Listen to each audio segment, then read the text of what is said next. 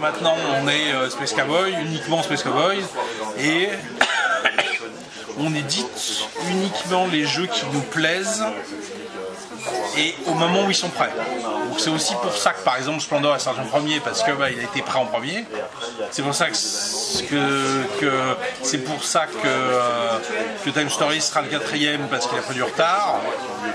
Elysium on l'a trouvé bien après Black Fleet, donc de toute façon il ne sera pas sorti avant Black Fleet, mais on n'a aucune gamme, on s'interdit rien et on se limite en rien. Il suffit que le jeu nous plaise, et encore pas à tous, c'est-à-dire qu'il suffit qu'il y ait on va dire au moins 2 Space Cowboys qui craquent pour un jeu et potentiellement on le fait.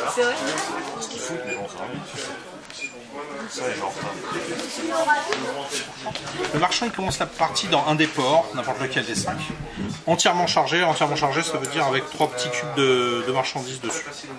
Et il va essayer d'aller se rendre dans un autre port sans se faire piller et revendre les marchandises au prix qui est indiqué dans le port. Donc par exemple là, ces gens-là ils en veulent pas parce que c'est trop près. Donc je sais pas, ils passent par la route, ils ont un convoi de chameaux, je sais pas. Non, chameau, non, ça me porte malheur, chameau. Non, pas le chameau, les ânes. Par contre là-bas évidemment si tu veux tout l'avoir c'est 3 par petit cube, alors que là c'est 2 par petit cube. Voilà, vous avez compris le principe. Black Fleet c'est à la base un jeu plutôt familial. Ce qu'on appelle familial plus, tu vois, parce que familial ça fait Monopoly, tu vois.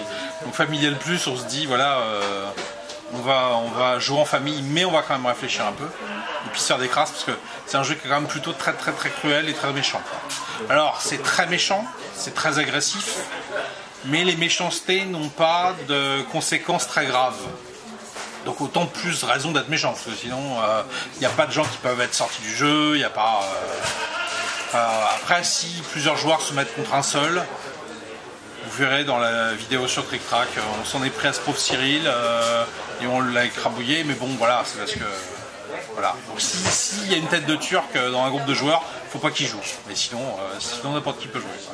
Chacun dirige une flotte de 2 bateaux, un pirate et un marchand, et chacun a sa propre mission à faire. En fait ça se joue autour d'un triptyque avec des frégates qui sont contrôlées par les joueurs de façon épisodique, qui chassent les pirates chassent les marchands, et les marchands ils essayent de livrer les marchandises. Donc à tout moment du jeu, tu as toujours quelque chose à faire, même si les bateaux coulent souvent, les pirates ont une durée de vie très courte, et puis le but du jeu c'est de libérer la fille du gouverneur, et au fur et à mesure de la partie on gagne des pouvoirs, donc des pouvoirs qui sont différents selon les parties. Donc normalement il y a une assez grande variété à la fois par les joueurs avec qui tu joues et à la fois avec les pouvoirs que tu as piochés. La valeur que vous voyez là, c'est le nombre de doublons que vous devez dépenser pour la libérer. Sachant que donc, le gagnant est le premier qui paye 10, qui retourne la carte et qui donc déclenche la fin de la partie. Mais avant, il faut avoir acheté, entre guillemets, toutes les améliorations avant. La différence, c'est que vous pouvez acheter celle-là dans l'ordre que vous voulez, mais la dernière, ça sera obligatoirement celle-là. Il fait mention de cartes de couleur bleue, c'est des cartes d'événements, on va dire. Vous ne pouvez pas en avoir plus de 3 en main, et à la fin de la carte, il est indiqué ce que vous repiochez. Par exemple, là, tu en pioches une, et là, si tu en as une, il faut en défausser une. Il faut mieux les avoir dépensées avant. C'est évidemment pour compenser les différences de valeur de déplacement. Tu as du rien et tu as du plus 2. Autant que tous ces pouvoirs-là, ils durent juste le moment où tu joues la carte, tous ces pouvoirs-là, ils sont permanents. Et ils changent de façon très importante les règles du jeu. Alors Elysium c'est un jeu beaucoup plus complexe, beaucoup plus core que Splendor et que Black Fleet. Donc ça concerne évidemment un nombre de joueurs plus réduit, vu que c'est pas disponible pour... c'est pas tout public, on va dire, beaucoup moins que Black Fleet.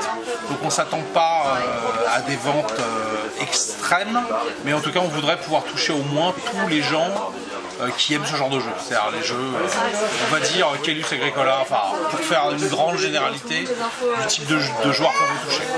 On espère que ça leur plaira. Donc la boîte d'Elysium est exactement du même format que Black Fleet. il faudra que les magasins, que les sites d'information sur le jeu fassent leur travail, que nous aussi on fasse notre travail pour dire aux gens, attention, si vous jouez en famille à Blackfleet, c'est cool, mais Elysium ça sera pas en famille et voilà, il faudra pas. Ceci dit, la couverture est quand même tellement différente que les gens peuvent pas faire de parallèle, mais elle est entre guillemets plus sérieuse. Mais bon, évidemment, il ne faudra pas que les gens achètent aveuglément un produit Space Cowboy. Il faudra bien qu'ils sachent d'abord si ça leur convient ou pas. On peut lui faire un plateau double face avec un plateau de 3 joueurs. C'était faisable en mettant un peu moins de cases.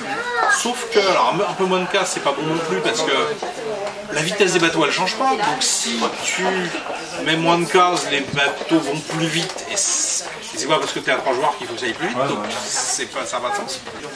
Donc, on n'a pas le droit de piller un pirate. Non. Time Story, ça avance, pas autant qu'on voudrait, évidemment. Mais il s'avère que la quantité de dessinateurs à gérer est tellement importante que évidemment ça va assez lentement et surtout à la vitesse du plus lent. Je pense que ça devrait être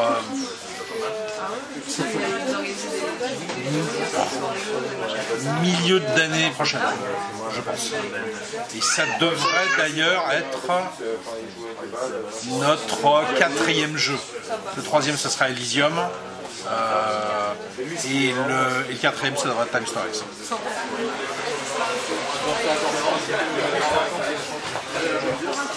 C'est le parrain de ma fille qui a fondé donc Rise Dead Edition, qui va rééditer plein de vieux jeux, le premier étant Innominé. Je m'implique uniquement dans la... Alors, donc comme je te disais, c'est une affaire de famille, mais je m'implique uniquement dans ce qui est du produit Innominé précisément. Sur les autres jeux qui seront faits après, il est prévu qu'ils sortent Bitume aussi après, mais là j'ai rien fait du tout, je ne le lirai même pas avant qu'ils sortent parce que j'ai envie de voir ce qu'ils ont fait dans leur coin. Ça m'amuse, comme ça j'aurai l'impression de redécouvrir mon jeu, ça me fera plaisir.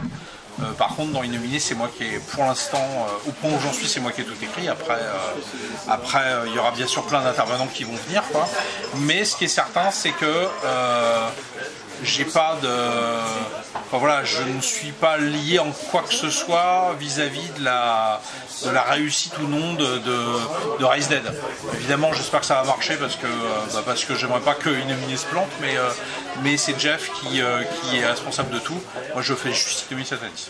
Il va être vendu en souscription entre guillemets du faux Kickstarter, quoi. C'est-à-dire que c'est comme ce que font Black Book du Kickstarter entre guillemets, mais sans filer des thunes avec Kickstarter, quoi. Juste sur notre site, juste sur mon nom. Ça, on pourrait se croquer tout le monde et se barrer avec la caisse. Début d'année, je pense. Pour une parution, j'espère. Je sais pas, j'espère dans l'année, quoi. Dans l'année qui vient après.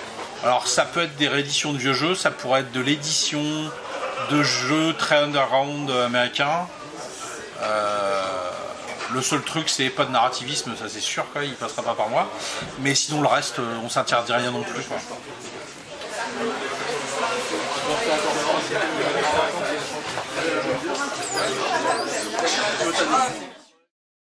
Je suis content d'être à Strasbourg, c'est bien. Je suis content d'être ici. J'aime beaucoup de cette boutique. C'est gentil. Quand je vois ce que j'y laisse tous les mois, c'est bon, moi. Pour les gens qui disent que les créateurs de jeux n'achètent pas de jeux, vous pouvez leur donner ma note, vous verrez. On en achète des jeux.